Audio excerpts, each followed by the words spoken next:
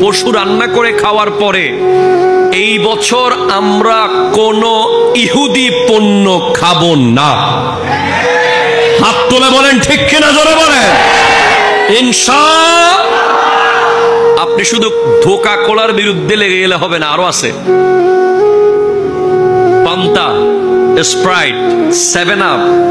এখানে কাগজ আছে না, বোতলে কাগজ আছে না, ওখানে বিল ভালো করে দেখলে দেখবেন কোকা কোলার কোম্পানির।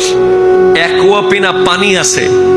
আমরা এবছর খুব সতর্কতার সাথে পানীয় পান করব। মনে রাখবেন, এক একটা ফোঁটা রক্তের মতো মনে করতে হবে এগুলোকে।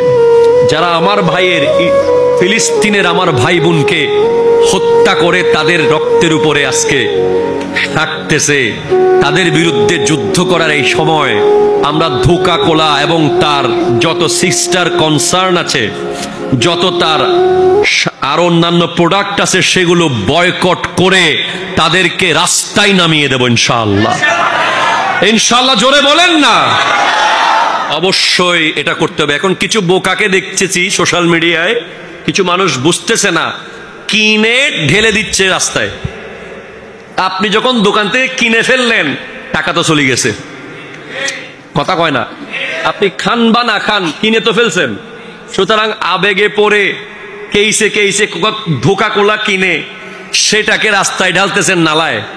এই জিনিসটা হয়তো আপনি খেয়াল করেন না, এই ভুলটা করবেন না। যেই দোকানে আছে কোক, সেই দোকান বয়কট হোক, ঠিক কিনা বলেন। এই স্লোগান আজকে থেকে থাকবে ইনশাআল্লাহ। আমাদের এই কোরবানি যেন আল্লাহ কবুল করে, আমিন জোরে বলেন। সবাইকে নিয়ে এই কোরবানির ঈদের নামাজে আসবেন। কোরবানির দিন একে অপরের সাথে মোহাব্বতের সম্পর্ক করার অন্যতম উপায় হলো, রান্না করার পরে সবার ঘর থেকে গোশত এক জায়গায় করবেন, এক ডেগে। সব বাড়ির থেকে গোশত নিয়ে আসবেন। এটা মাঠে হোক, এখানে হোক, মসজিদে হোক, যেখানেই হোক, এলাকার সবাই, গ্রামের সবাই মিলে ওই ডেকসি থেকে খাবেন। মোহাব্বত বাড়বে, শত্রুতামি থাকবে না, হিংসা থাকবে না।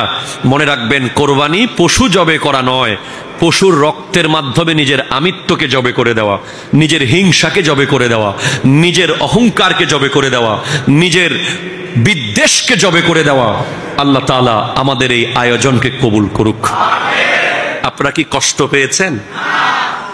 আল্লাহ তাআলা আপনাদের সকলের আগমনকে কবুল করুক ইনশাআল্লাহ। ভবিষ্যতে যদি কখনো সুযোগ হয় আর অনেক কথা বলবো। আপনাদের যুবক ভাইদেরকে বলে যাচ্ছি, আমি আছি, আমার ভাই মোকাররম বাড়ি আছেন। যুবক ভাইরা যখনই যে কোনো সমস্যায় পড়বেন, আমাদের সাথে যোগাযোগ করবেন, দেখা করবেন, কনসাল্ট করবেন, বসবেন। কোরআন সুন্নাহর আলোকে আপনাদেরকে সমাধান দিলে আপনারা মন হালকা হবে। শুধু মাহফিলে শুনেই আপনার মন ঠান্ডা নাও হতে পারে। সেজন্য আমাদের দরজা সবসময় খোলা। জামিয়াতে গিয়ে এক কাপ চা খেয়ে আসবেন। সবাই ভালো থাকবেন। ওয়া আখিরু দাওয়ানা আলহামদুলিল্লাহি রাব্বিল আলামিন। ওয়াসসালামু আলাইকুম ওয়া রাহমাতুল্লাহি ওয়া বারাকাতুহু।